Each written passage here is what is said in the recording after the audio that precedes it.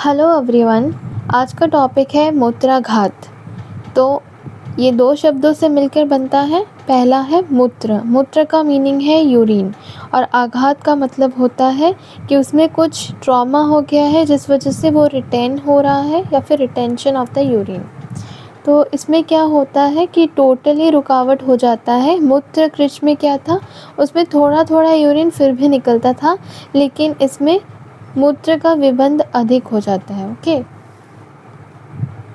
लेकिन मूत्र त्याग करते समय कष्ट नहीं होता है, as we have seen in the मूत्र कृच्र। अब निदान पंचक क्या है इसका, तो निदान पहला है। ओके, तो इसमें देखेंगे तो इसमें मल मूत्र व अपान वायु का वेग को रोकना। ओके, तो अपान वायु जो होता है वो मल मूत्र को त्याग करने में बहुत बड़ा रोल निभाता है, लेकिन अगर उसमें कुछ दिक्कत हो जाता है तो ये मूत्र बिल्कुल भी रिलीज़ नहीं होगा। सेकेंड है वात प्रकोपक आहार विहार। तो ये ऑब्वियसली अपान वायु हम देख ही रहे हैं, तो वात अगर बढ़ रहा है तो अपान वायु में भी दुष्टि आ जाएगी, राइट। देन पुरुष एवं शुक्र के वेग को रोकना। देन तीक्ष्ण औषध व अन्नपान सेवन करना और रुक्ष पदार्थ, मतलब ये सारे जो है वो क्या कॉज कर रहा है, वात का प्रकोप। तो वात प्रकोप होगा तो फिर ये डिजीज़ हो सकता है। नाउ नेक्स्ट हम देखेंगे संप्राप्ति। तो संप्राप्ति में क्या है, पहले है निदान सेवन होगा, फिर त्रिदोष, ज़्यादातर क्या है वात दोष प्रकोपित होगा। देन बस्ती प्रदेश में विकृति होना, और फिर है 13 प्रकार के, आगे हम लोग देखेंगे एक एक करके, वो मूत्रघात कॉज करेगा। अब संप्राप्ति घटक में दोष त्रिदोष, लेकिन वात प्रधान, वात में अपान वात, पित्त में पाचक पित्त, कफ में क्लेदक, दूष्य में धातु रस, रक्त शुक्र, शारीरिक मल मूत्र, ओके, पुरुष एंड धातु मल में कफ और पित्त, अग्नि में जठर अग्नि धातव अग्नि, अग्नि दुष्टि में मंद अग्नि, आम में अग्निजन्य, स्रोतस मूत्र वह पुरुष वह, स्रोत दुष्टि संग सिरा ग्रंथि अधिष्ठान बस्ती, उद्भव स्थान पक्वाशय अमाशय, संचार अवस्था मूत्रवाहिनी, व्यक्त अवस्था मूत्र वह स्रोतगत अवयव बस्ती मेहन, व्याधि स्वभाव चिरकारी, ओके, साध्य साध्यता में साध्य होगा, रोग मार्ग मध्यम, रोग भेद 13। अब एक एक करके हम देखेंगे। तो चरक ने 13 टाइप्स के बताए थे और सुश्रुत ने 12 टाइप्स के, तो और वाग्भट ने 20, तो वो एक्स्ट्रा नहीं देखना है हमको। चरक ने जितने बताए थे उनका हम लोग थोड़ा सा डिटेल में पढ़ लेंगे। तो सबसे पहला क्या है, मूत्रसात। ओके, सो बेसिकली क्या है, जब बस्ती प्रदेश में वायु द्वारा पित्त या कफ अथवा पित्त कफ दोनों का संघात होता है, तो इसमें क्या है, जो यूरिनरी ब्लैडर है, ओके, उसमें वायु जो होता है वात ही सबका मूवमेंट कराएगा, तो पित्त और कफ को क्या करता है, वो लेके आता है वहाँ पे, और उस वजह से वहाँ पे ब्लॉक कर देता है, जिस वजह से ये डिज़ीज़ कॉज होता है।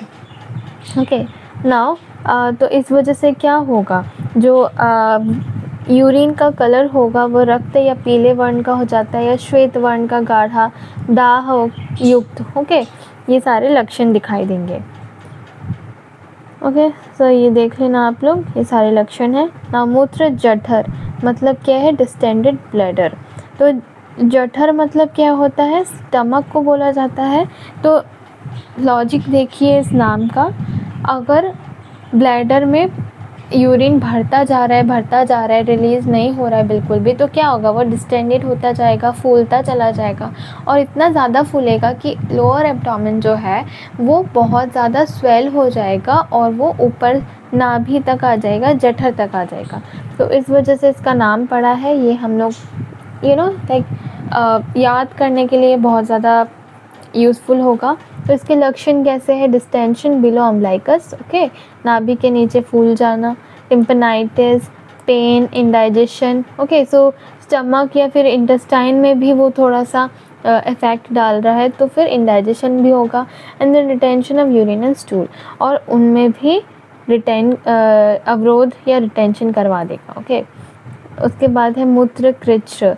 तो मूत्र त्याग के साथ शुक्र प्रवृत्ति, मूत्र वर्ण भस्म उदक के समान होता है। ओके, ये देख लेना। मूत्र संग, तो मूत्र संग क्या होता है, मूत्रवाही स्रोतस की विकृति से अथवा वायु से मूत्र के खिंच जाने के कारण कुछ मूत्र इंद्रिय के छिद्र में ही रुक जाता है। ओके, तो कुछ रुक जाता है मूत्र इंद्रिय में। ओके, रुका हुआ मूत्र कुछ देर बाद बिना वेदना के अथवा अत्यधिक वेदना के साथ निकलता है। इस रुके हुए मूत्र के कारण मूत्र इंद्रिय में गुरुता होती है तथा मूत्र की धारा टूट कर आती है। ओके, तो ये क्या बोलते हैं कि ये एक स्ट्रीम में नहीं आ रहा है बल्कि वो रुक रुक के आ रहा है, तो उसे हम लोग क्या कहेंगे, मूत्र संघात या मूत्र संघ। ओके, तो इसमें लक्षण क्या है, पेनफुल या पेनलेस दोनों हो सकता है। ऑब्स्ट्रक्टेड यूरिनरी फ्लो, ओके, एक बार में नहीं आ रहा है। देन हैवीनेस होगा, जैसे कि हमने पहले भी ऊपर लिखा था कि वो गुरुता प्रोड्यूस करता है, कुछ रह जाता है इस वजह से, तो हैवीनेस इन द पीनस। ओके, ना मूत्रशय एंड यूरिया बिल्कुल भी रिलीज नहीं हो रहा है, बिकॉज वायु के द्वारा जब मूत्र का शोषण हो जाता है तो उसे मूत्रशय कहा जाता है। ओके, तो इसमें क्या लक्षण दिखाई देंगे, pain in the bladder, oliguria, अल्पमूत्रता, पेनफुल बर्निंग, मिक्चुरेशन। ओके, जैसे कि यूटीआई के केसेस में देखा जाता है। नाउ है मूत्रतीत। तो मूत्रतीत का मतलब क्या है, आए हुए मूत्र का वेग को जबरदस्ती कुछ देर तक रोके रह जाने पर। ओके, तो अगर किसी को अड़ जा रहा है लेकिन वो रोक रहा है, ओके, तो क्या होगा, पुनः मूत्र त्याग करते समय मूत्र का वेग शीघ्रता से नहीं आता। ओके, इससे मूत्रतीत की संज्ञा दी गई है। तो हम ऐसे सोच सकते हैं कि जब अड़ जा रहा है तब नहीं गए, और जब हम लोग क्या कहते हैं, मूत्र त्याग करना चाह रहे हैं तब वो ऑब्स्ट्रक्ट हो जा रहा है। तो kind of incontinence of urine बोला जाएगा इसे। Okay, slow passage of urine, other forceful exertion, then excretion, then pain in the bladder होगा। वातस्थील नेक्स्ट है। तो वातस्थील क्या होगा, एनलार्ज प्रोस्टेट्स, ये मॉडर्न के साथ कोरिलेट कर सकते हैं। तो इसमें क्या होता है, प्रकुपित हुई वायु बस्ती गुदा को रोककर आत्मान उत्पन्न करती हुई चल और उन्नत तीव्र वेदना युक्त अस्थील रोग को उत्पन्न करती है। ओके, इसमें obstruction of urine and faeces, tympanitis, acute pain. ना वात बस्ती क्या है, रिटेंशन ऑफ यूरिन। तो मूत्र के वेग को रोकने का अभ्यास जिन व्यक्ति, मतलब जो रेगुलरली मूत्र वेग धारण कर रहा है उनमें पाया जाता है। उसमें क्या है, मूत्र वेग को रोकने के कारण बस्ती प्रदेश में वायु प्रकुपित हो जाते हैं, इसलिए इसे वात बस्ती कहा जाता है, क्योंकि बस्ती में मतलब ब्लैडर में वात का प्रकोपित हो जाना। लक्षण क्या है, मूत्र में रुकावट, वेदना, कंडू। उष्णवात क्या है, ओके, उष्णवात यूरिनरी ट्रैक्ट इन्फेक्शन के नाम से जाना जाता है। इसमें क्या है, पित्त के साथ प्रकुपित वायु पित्त की उष्णता से मूत्र का शोषण करती है और कठिनता से रक्त या पीत वर्ण का मूत्र त्याग करती है, उष्णवात कहते हैं। ये लक्षण क्या है इसके, reddish yellow urine, burning in bladder and penis, dysuria, spasmodic, next है वात कुंडलिका या स्पैस्मोडिक स्ट्रक्चर। सॉरी, ये थोड़ा सा क्लियर नहीं दिख रहा है, बट मैं ऐसे डिक्टेट कर रही हूँ तो आई होप आप लोग को समझ में आ रहा होगा। I will improve it from the next video. Now next है वात कुंडलिका या स्पैस्मोडिक स्ट्रक्चर। तो जब मूत्र की गति में रुकावट होने से विगुण वायु की गति ऊपर हो जाने से विगुणित वायु मूत्र मार्ग व मूत्र स्थान में कुंडली के समान होकर चलते हुए मूत्र की रुकावट कर देती है। कुंडली मतलब क्या होता है, वो एक वर्लपूल जैसा बन जाएगा, बिकॉज ये वात के जो मूवमेंट्स होते हैं वो डिफरेंट टाइप्स के मूवमेंट्स होते हैं। तो इसमें जब वर्लपूल जैसा बनेगा तो वो रुकावट पैदा कर देता है ब्लैडर में, तो वो अच्छे से निकल नहीं पाएगा। तो इसे ही हम लोग वात कुंडलिका कहते हैं।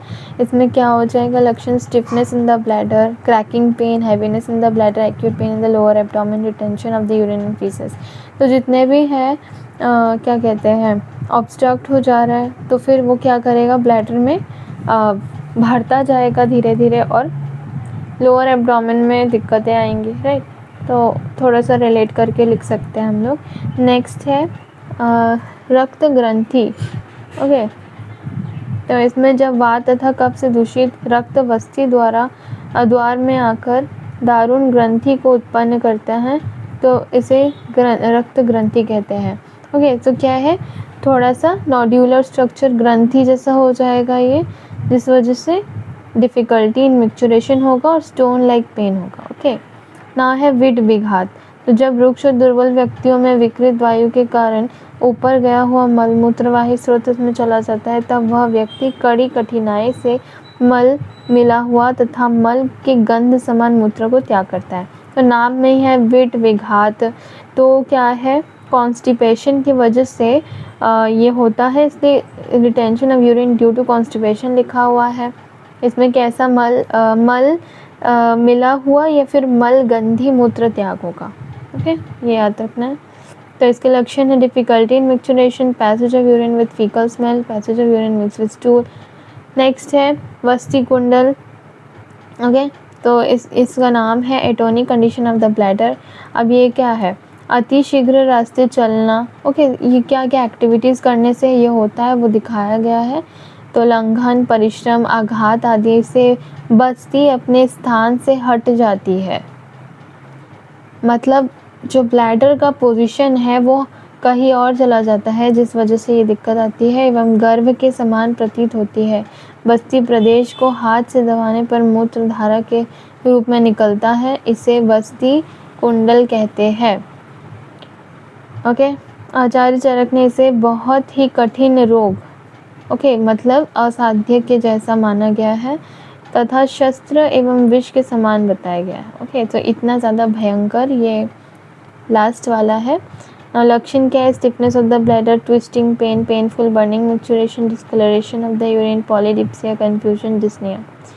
तो अब प्रोग्नोसिस देखते हैं, तो कौन असाध्य है कौन साध्य है। तो पित्त की अधिकता प्लस कफ के द्वारा मूत्र मार्ग अवरोध होने पर असाध्य है। ओके, एंड देन मूत्र मार्ग बंद न होने या कुंडलीकृत होने पर साध्य होता है।